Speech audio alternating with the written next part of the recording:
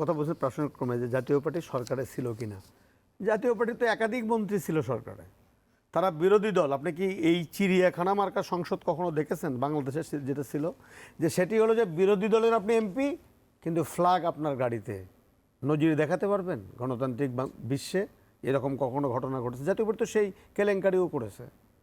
এদের পতন তো নয়, এরা বাংলাদেশের রাজনীতি নামক যে একটি প্রতিষ্ঠান, সেই প্রতিষ্ঠানকে তারা কলুষিত করেছে, বিতর্কিত করেছে, এবং এটি মানুষের মধ্যে এক ধরনের রাজনীতি সম্পর্কে নেতিবাচক ধারণা তৈরি করার নিয়ামক হিসাবে কাজ করেছে জাতীয় পার্টির এই ভূমিকা। তো আমাদের অনুচ্ছেদ 17 বলেন আর আমাদের যে গণতান্ত্রিক অধিকারের কথা বলেন, যেটার দিকে আমরা এগিয়ে যাচ্ছি, এই 17 বছরের ফ্যাসিজমের বিরুদ্ধে যে আন্দোলন হলো এই যে 5ই আগস্টের, সেই জায়গাতে আমি কোনো রাজনৈতিক দলের রাজনীতিতে বন্ধ করার সুযোগ নেই। না, আমি কিন্তু একবারও বলিনি আপনি জাতীয় পার্টির রাজনীতি বন্ধ করেন, একবারও আমি সমর্থন করি না যে আপনি জাতীয় পার্টির অফিসে আপনি আগুন দেন।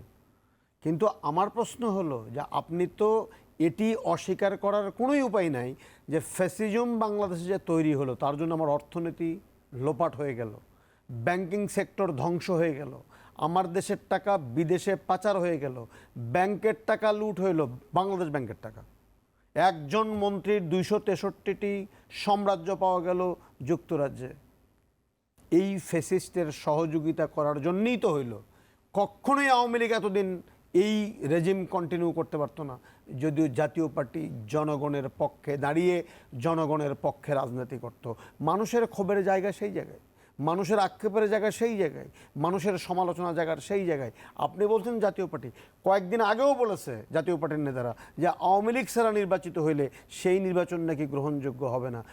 আমি যদি তার কথা ধরে নিই, আপনি এই কথাটা বলেননি কেন 14 সনে বিএনপি ছাড়া নির্বাচন হলে নির্বাচন গ্রহণযোগ্য হবে না?